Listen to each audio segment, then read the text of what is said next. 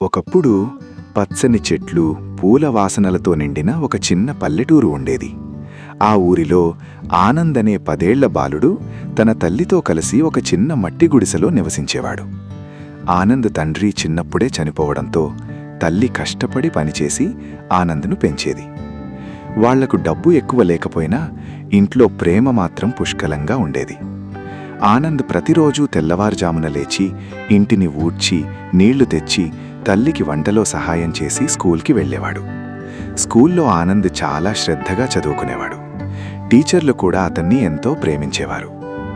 School నుంచి ఇంటికి వస్తూ ఉండగా ఆనంద్కు తరచూ ఊరి చివర ఉన్న అడవి కనిపించేది. ఆ అడవికి దగ్గర ఒక పాత పాడుబడిన గుడిసె ఉండేది. గ్రామస్తులు ఆ గుడిసె వైపు ఎప్పుడూ వెళ్లేవారు కాదు. అందరూ అక్కడ ఒక మంత్రగత్తె ఉంటుందని అనుకునేవారు. ఒకరోజు మధ్యాహ్నం స్కూల్ నుంచి వస్తున్న ఆనంద్కు ఆ గుడిసె దగ్గర ఒక వృద్ధురాలు కూర్చుని కనిపించింది. ఆమె చాలా బలహీనంగా, ఆకలితో ఉండేది. ఆమె కళ్లలో అలసట స్పష్టంగా కనిపించింది. గ్రామస్తులు ఆమెను చూసి భయపడి దూరంగా వెళ్ళిపోతున్నారు. కొందరు పిల్లలు రాళ్లు విసురుతున్నారు కూడా. ఇది చూసి ఆనంద్ బాధపడ్డాడు. ఎవ్వరూ అమ్మమ్మను ఇలా బాధ పెట్టకూడదు అని తనలో తాను అనుకున్నాడు. ఆనంద్ నెమ్మదిగా ఆమె దగ్గరకు వెళ్ళాడు. అమ్మమ్మ, మీకు ఆకలిగా ఉందా అని అడిగాడు. వృద్ధురాలు మెల్లగా తల ఊపింది. ఆనంద్ వెంటనే తన భోజన పెట్టె తెరిచి అందులో ఉన్న అన్నం, కూర ఆమెకిచ్చాడు. ఇంకా తన నీళ్ల సీసా కూడా ఇచ్చాడు. వృద్ధురాలి కళ్లల్లో నీళ్లు తిరిగాయి.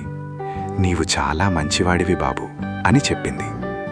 ఆ రోజు నుంచి ఆనంద్ ఆమెను రోజూ చూసి కొంచెం ఆహారం తీసుకువచ్చేవాడు. తల్లి దగ్గర కూడా చెప్పి ఆమెకు కొంత ఆహారం ఇవ్వమని కోరేవాడు. ఆ వృద్ధురాలు నిజానికి ఒక శక్తివంతమైన మంత్రగత్తె. కానీ ఆమె చెడ్డవారు ఎవరో, మంచివారు ఎవరో తెలుసుకోవడానికి పేద వృద్ధురాలిగా మారింది. ఆనంద్ మంచితనాన్ని చూసి అతన్ని పరీక్షించాలని నిర్ణయించుకుంది.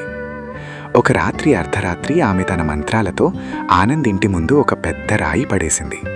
ఆ రాయి చాలా పెద్దది, భయంకరంగా కనిపించింది. మరుసటి రోజు ఉదయం ఆనంద్ బయటకు వచ్చి ఆ రాయిని చూసి ఆశ్చర్యపోయాడు. కానీ భయపడలేదు. అమ్మా, మనం ఈ రాయిని తొలగిద్దాం అన్నాడు. తల్లి కూడా భయపడకుండా ఆనంద్తో కలిసి ఆ రాయిని శుభ్రం చేయడం మొదలుపెట్టింది. ఆనంద్ ఒక గుడ్డతో ఆ రాయిని తుడిచాడు. అంతే, ఆ రాయి నెమ్మదిగా బంగారంగా మారింది. తల్లి ఆశ్చర్యంతో నోరు తెరిచింది. బాబూ, మనం ధనవంతులమయ్యాం అంది. కాని ఆనంద్ తల ఊపాడు. అమ్మా, ఇది మనది కాదు, ఎవరో పెట్టినది, మనం తీసుకోకూడదు అన్నాడు. ఆనంద్ ఆ బంగారాన్ని మళ్లీ అడవిలోకి తీసుకెళ్లి ఒక గుంతలో పడేశాడు. ఇది చూసి మంత్రగత్తె చాలా ఆనందపడింది. ఆమె తన అసలు రూపంలో వెలుగులతో మెరుస్తూ ఆనంద్ ముందు కనిపించింది. ఆనంద్, నీవు నిజంగా గొప్ప మనసున్నవాడివి, నీ మంచితనం గెలిచింది అని చెప్పింది. ఆమె ఆనంద్ను ఆశీర్వదించింది. నీ జీవితంలో ఎప్పుడూ మంచి మనుషులు నీకు తోడుగా ఉంటారు. నీవు ఎక్కడికి వెళ్ళినా విజయం పొందుతావు అంత చెప్పి ఆమె వెలుగులో కలిసిపోయింది. ఆ రోజు నుంచి ఆనంద్ జీవితం మారిపోయింది. అతను ఇంకా ఎక్కువగా చదువుకొని తల్లిని బాగా చూసుకున్నాడు. గ్రామస్తులు కూడా ఆనంద్ను గౌరవించసాగారు. ఆనంద్ పెద్దయ్యాక ఒక మంచి ఉపాధ్యాయుడయ్యాడు. పిల్లలకు మంచితనం, సహనం, సహాయం విలువలు నేర్పేవాడు. ఆనంద్ ఎప్పుడూ చెప్పేవాడు, మంచి మనస్సే నిజమైన సంపద.